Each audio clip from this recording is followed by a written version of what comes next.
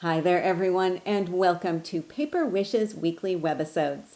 I'm Sara Newman, and I'm so happy you're joining me for this episode of Saturday with Sara. Today, I'm excited to show you a beautiful collection from our friends at 49 and Market called Flower Emporium. We have pattern papers, rub-ons, and die cuts, all with a really fresh and fun floral theme designed by Vicki Bouton. So let's take a closer look, and we can begin with the 6x8 paper pack. So here you have 24 sheets of double-sided pattern papers, and you can see the different designs here on the front, but it's always a lot of fun to flip through a paper pack collection. Now on the inside front cover, you do have a bonus sheet, a really soft, subtle, all over floral design. Now as I'm flipping through, you can see the style of the papers included here. I really love the colors. I love the patterns. This is one of my favorites. Here you have two each of 12 different designs. Really great all over classic patterns. You've also got some fun border elements here too. I really love how they've mixed the text as well as some of these really classic patterns. And you've got some really interesting and fun elements in here as well. So there is a lot to play with. Of course, everything is color and theme coordinated, making it easy to mix and match. Now here you've got a sheet of cutouts. These can be used for journaling or to spotlight a focal element. And then the last sheet in the collection is a sheet of tag cutouts, and those are double-sided. So again, two each of 12 different designs to make 24 sheets in the paper pack. And then to go along, we've got a set of rub-ons. Now, I love 49 and Market's rub-ons. I think they're just beautiful designs. And this first sheet absolutely stole my heart. I love these. Really beautiful and easy to use, kind of a mixed media collage and layered style of rub-ons. So you can incorporate these really easily into your cards. The second sheet included here has the florals, these really cool bows, as well as some butterflies. And then the third sheet in the set has really useful large and small words and sentiments, so you can mix and match those together. You also have this really fun heart border. Of course, you can use the hearts individually, you can use the entire border, or you can cut apart groupings of the hearts to use them in small clusters. So you have 3 sheets of rub-ons, which will contain over 50 elements altogether. Now, another nice thing I wanted to point out, this is the back of the packaging. So you can see here they've shown the 3 sheets down at the bottom. But at the top, you've got this sort of bonus collage, which I think you could use to cover the front of your card. You could also use on the inside of your card too. So lots of creative possibilities there and a really super value. Now, speaking of good values, we've also got our Icon Ephemera Bits set. There are 217 die cut pieces in this package. I'm going to flip this over so that you can see the designs on the back of the packaging here. I did pull out a couple so that you can see the style and design, really fresh and modern. Now, some are black and white, which means that you can leave them as is or you can color them in. And other elements have a perfectly coordinating, colorful look. So have a look at all of these beautiful designs. So many to play with in here. So we've got our Icon Ephemera Bits, we've got our rub-on set, and we've got this gorgeous paper pack. So there is so much for us to explore today. A lot of really fun and creative supplies. I'm really glad that you're here, and I am so excited to explore the creative possibilities with you. So come play with us. I love the colors in this collection. I love the big words and the fonts and how the patterns all mix together. So here I'm using 2 of the pattern papers. This design is my background, so this is what I've covered the front of my card with. And then I've added this collage piece on top. So this is the little snippet that I have left over. And what of course is nice with these pattern papers is that they're double-sided. So if you opt to fold down a corner like I've done here, then you're able to get a third pattern into the mix and a third color as well. So I've got my main piece here with the collaged border with the leaf and then some of this really nice patterning here on the edge. That's my main design. Then I've got a secondary design here with that geometric, and then a third here, just this little bit folded over with the blue and the numbers printed on there. And I've got some additional dimension, not only with the printed designs, but also with this tucked over corner. So before I glued all of these elements together, though, I did some inking around the outside edge, and I'm using the Dove Gray ink from Hunky Dory. So I inked around the outside edge of this piece as well as around the front of my card. And that just gives a little bit of extra dimension and some shading on here too. My focal is this layered circle. So here I've used one of the circle designs. So remember this sheet here. And in this case, I took a little bit of a lazy way out. Instead of fussy cutting those, I used the 12 circle and scalloped dies from Hot Off the Press. This is one of my favorite collections. You can tell by how battered the bag is. The packaging is just barely holding out. This is one that I use all the time. So you have some circles that are with a scalloped edge as well as the smooth edge. Now you can play around when you're die cutting these and kind of see how much of the design you want to capture. Now when you're die cutting these, I like to use some low tack tape to secure those in place. And I've got this roll from Hunky Dory which does the trick really nicely. So position it down, run it through your die cutting machine, and you're good to go. Now I figured that I wanted to get as much of that pattern design as possible. So I used the scalloped as my main die piece that you can see here. And then I've die cut the nesting portion from a larger smooth circle. So you've got lots of options just depending on the size and the style of the circle that you want there. So I've got this portion layered up on some foam tape. Our little bird ephemera piece is also popped up on foam tape, as is this main circle here. And I've even got a little bit of foam tape underneath that folded over corner just to make sure that everything stays level. The bow that you see here is a rub-on, and I've added another portion of the bow, just the string up above, so it looks like the circle is hanging. Then at the bottom I have the Hello You rub-on, and that's overlapping this collaged border along the edge of the paper. Now the rub-ons are really easy to apply, so let's take a look at this process. I'm going to bring in a mouse pad. Remember these? This is sometimes nice when you're working on a wooden table like I am. It gives you a little bit of extra give. So when you trim out the design that you want from your rub-on sheet, I like to hang on to both of the layers. So you've got the sheet where it's printed, and then you've got that liner piece. Just hold the two of those together until you decide where you want that to go. So if I bring in just a piece of plain white cardstock, and I kind of hold this here, you can see how bright and bold and cheerful that is going to look on just a solid white cardstock. But you've got other options, of course. Here's one of the pattern designs from the collection. So nice soft, kind of a faux texture on here. That's what that's going to look like. Give you a slightly different effect. Don't forget you can also incorporate some of those pattern designs. So that's also fun. And then there are also the tag cutouts here too. So double-sided. I thought it might be fun to see what that would look like on the gray as well as the pink. So you've got a lot of different looks and styles that you can go for. So for our demo, I'm just going to pop this down on the pink, and we can take a look at how that will look when it's all adhered down. So the first thing I'm going to do is just smooth this down with my finger. I'm going to kind of fold up one edge of that plastic piece, so I have something to hang on to, and I'm just going to smooth this in place. Now to apply it, I need to use some pressure with a bone folder. So this is one of Hot Off the Press's bone folders.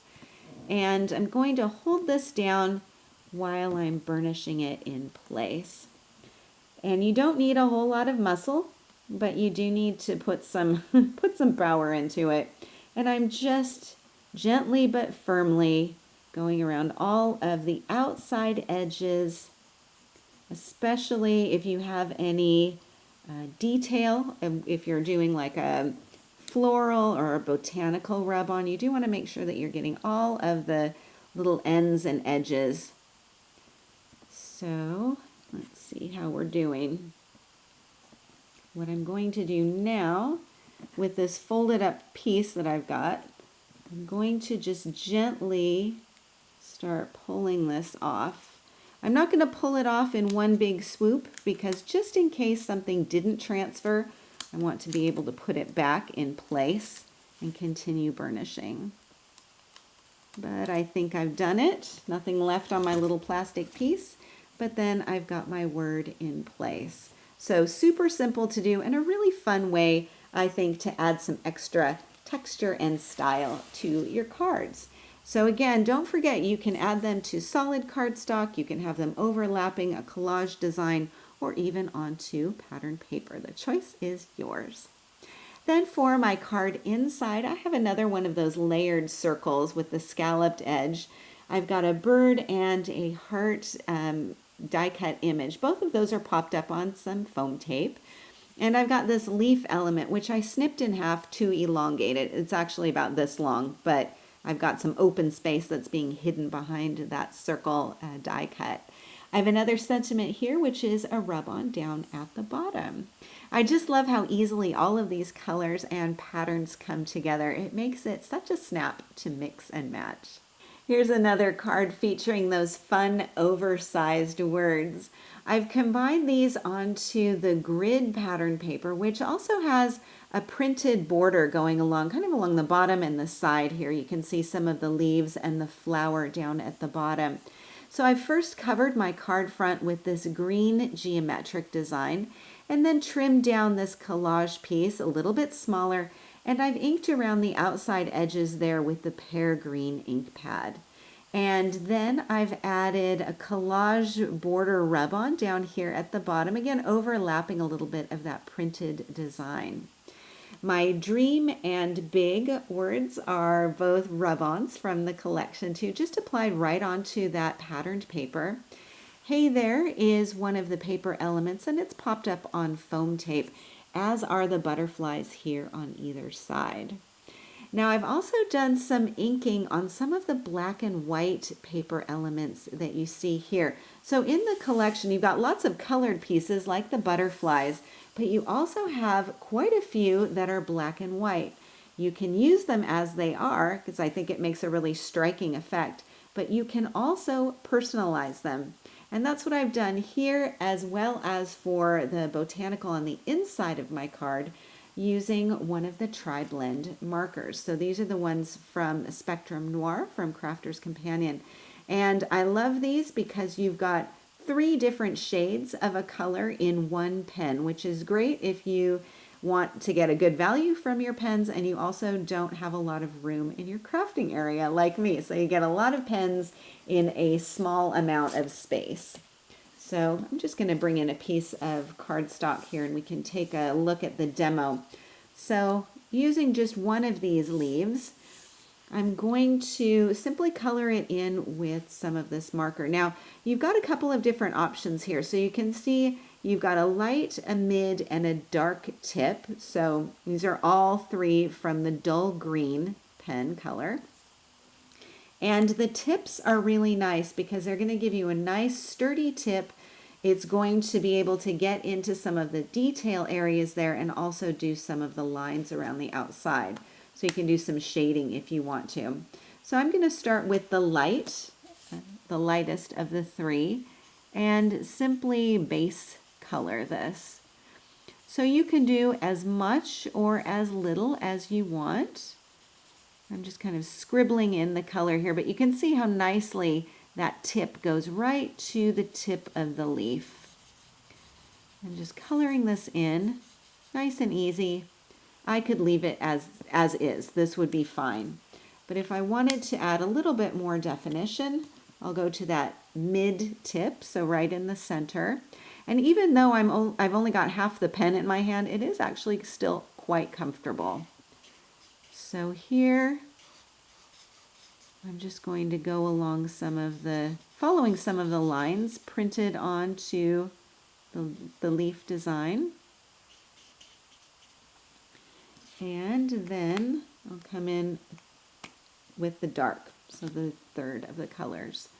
And I'll concentrate this a little bit more toward the tip of the leaf here. And just, again, following along the lines. And if it doesn't look perfect, don't worry, because I have also this option of blending. So after I've done my dark color on there, I can come back and work my way down the pen again and do some blending here to smooth out some of the more jagged lines. So as much or as little as you want will do the trick. And of course there are lots of different colors, so you can decide which ones you want in your stash. Again, it's a super value with these markers. I've had mine for a really long time. I use them quite regularly, and what I love is they really they seem to last a very long time. Okay, now I'm coming back in with the lightest of the colors again, and just adding a little bit more blending. And what I like about these cutouts, you could keep going and going with this until you're totally happy, but what I like about these cutouts is that when I flip it over, you can see that they're sturdy enough that I don't have a lot of ink blending through or bleeding through. So that's really nice as well. So I've got a couple of different layers of ink colors on there with that alcohol ink, but it's not bleeding through. So great quality on both the pens as well as the paper ephemera. So that's what I've done here, just to color in some of these leaves. Now I will say also, you've got lots of colored elements, paper elements in the collection. You can take those and add some pen work onto them as well. So this is the butterfly as it comes. This is what it will look like. And this is what the butterfly could look like if you add in a little bit of pen work. And in this case, it's the coral blend. And I use some of the light and the dark just to color over some of the areas of that butterfly. So you've got some options there as well. Now on the inside of the card, you can see another leaf element that has also been colored in, also with the dull green tri-blend marker. And I've glued it overlapping this text paper. I've added a butterfly rub-on to the pattern paper, so you can see it's really beautifully blending in with that design. Got another little butterfly over here, and then the time to and grow elements overlapping up on foam tape. The focal for this card also includes a lightly colored leaf element layered up with the tea canister and some more of those fun big word ephemera pieces. I've got another collage border rub-on. I just love these. And I've got some more of this beautiful pattern paper, which has been die cut into a rectangle with a scalloped edge, all combined on the front of a center step card. Now, this is one of my go-to card designs when I have a large focal element that I want to spotlight, or when I just have oversized focal images or elements like we have in today's collection. So let's take a closer look at the card design. We can start from the base and then work our way up. So first of all, let me show you the die that I'm working with. And this is the center step card die. As you can see, it's one metal piece here, which is going to give you not only the outside edge of that center step design, but also the score lines in the folded areas in the center. So let me flip this over and you can take a look. With all of Hot Off the Press's dies, and they've got these really nice storage wallets here. Printed onto the wallet is not only a project idea, which comes in handy, but also some written instructions, and then very important, your folding diagram. So you can see here they've indicated where the mountain folds are and where the valley folds are. So this is a really simple card design to do. Let me grab my sample piece here, move this out of the way. When you die cut your piece from your paper or cardstock, you'll have something that looks like this. So the die will cut the outside edge as well as these slits here. Then all you need to do is follow the folding diagram for your mountain folds, which are going to be the peaks, and then your valley folds. So that will fold up together like so. And I really like to use the same tool that I use to apply my rub-on, the bone folder, just to give some nice crisp creases here on all of those folded and scored lines. And then you've got your completed piece that looks like this, and you can decorate from there. Now with my card, my finished card, I used, rather than the pattern paper, I used some of the cardstock from the Secret Garden cardstock collection. And I used this blue here, which just matched perfectly with the pattern papers. And because this is a 12 by 12 design, it will be able to accommodate your die cut piece. So you need to have some slightly larger cardstock to be working with. So I do recommend grabbing some of those cardstock collections. It really gives you a nice sturdy base and you've got plenty of room.